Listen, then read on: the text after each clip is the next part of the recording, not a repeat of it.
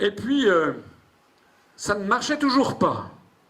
Alors il s'est produit, dans la toute dernière ligne droite, un événement absolument incroyable.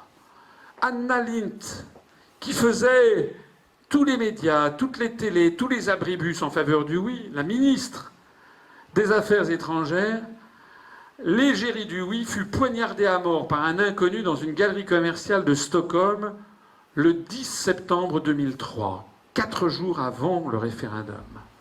Elle décéda quelques heures après, le 11 septembre, c'est-à-dire moins de 72 heures avant l'ouverture des bureaux de vote, prévue le 14 septembre au matin. Contrairement à toute déontologie journalistique, les médias suédois ont passé en boucle la victime qui venait d'être poignardée sur un brancard, ici donc dans la galerie commerciale de Stockholm. On a montré ça. On a découvert ultérieurement que l'assassin était un type qui sortait d'un asile psychiatrique, qui était un Serbe, enfin, en gros, le même pédigré que Lee Harvey Oswald. Un type sorti d'un chapeau qui assassine cette pauvre femme. La suite des événements défie l'imagination. Le Premier ministre Göran Persson décida sur le champ d'une riposte en 3 temps. Premièrement, proclamer un deuil national. Deuxièmement, maintenir le scrutin à la date prévue 3 jours après. Troisièmement, interdire toute campagne électorale jusqu'au vote par respect pour la défunte. C'est-à-dire que ce qui s'est passé ce jour-là, et dans les jours qui ont suivi, c'est qu'il n'y a plus de campagne électorale, donc les partisans du non n'ont plus pu parler, les partisans du oui non plus, mais en revanche, 24 heures sur 24, toutes les radios, toutes les télévisions rendaient hommage à la défunte, l'égérie du camp du oui. Il faut quand même le faire. La moindre des choses dans une situation de cette nature aurait été d'annuler l'élection et de la reporter 3 mois après. Comme il convient s'il y a un événement soudain qui peut bouleverser le sentiment. En maintenant le référendum dans des circonstances aussi dramatiques et en jouant sur quelque chose d'aussi émotionnel, on ne pouvait pas ne pas imaginer que le gouvernement sautait sur l'occasion de cet assassinat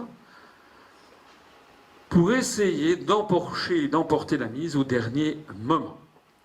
L'organisation d'un deuil à grand spectacle 48 heures avant le référendum, tous les journaux n'ont parlé que de ça. On a vu les Suédois en pleurs défiler devant des chapelles ardentes à travers tout le pays pour dire toute la peine qui était la leur. Mais ça n'a pas été tout. Ça n'a pas été tout. D'un seul coup, un sondage miracle américain a donné le oui gagnant quelques heures avant l'ouverture des bureaux de vote. Sondage Gallup. Sondage réalisé par l'Institut américain Gallup quelques heures après la mort d'Anna Lindh. Si vous ne me croyez pas, allez regarder, faites-vous sortir la dépêche AFP du 13 septembre 2013 de 10h21. L'ultime sondage qui donnait le oui gagnant avec 43% des intentions de vote contre 42% de non, alors que tous les sondages avaient donné le contraire. Et c'était la première fois depuis 9 mois, ce résultat revenait à affirmer qu'en l'espace de quelques heures, du fait de l'assassinat de Mme Lindh, le oui avait bondi de 35 à 43%, 8 points, au vu des images télévisées du brancard, tandis que le non s'était effondré de 50 à 42%.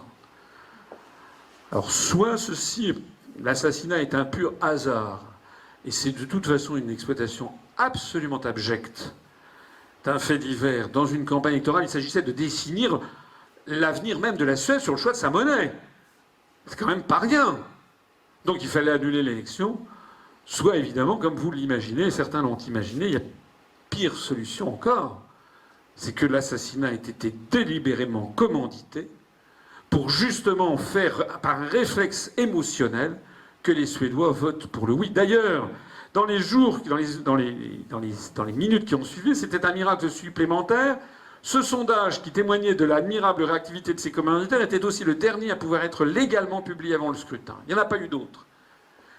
Et pendant qu'il y avait les gens qui se, comment dirais-je, en boucle allaient dans les chapelles ardentes, vous entendiez à la télévision, à la radio suédoise, des gens qui vous expliquaient qu'en définitive, très probablement le oui allait l'emporter et que c'était quasiment la destinée christique de Anna Lindh. Elle était morte, mais finalement, elle est morte et transfigurée puisque sa mort servirait à faire triompher le oui. Alors, tout ceci a mené à quoi? Eh bien, tout ceci a mené en fait à rien du tout, ou plus exactement à tout, puisque finalement les Suédois ont écouté, ont vu tout ça, et n'ont pas changé d'un iota. En fait, 57% des Suédois ont voté non.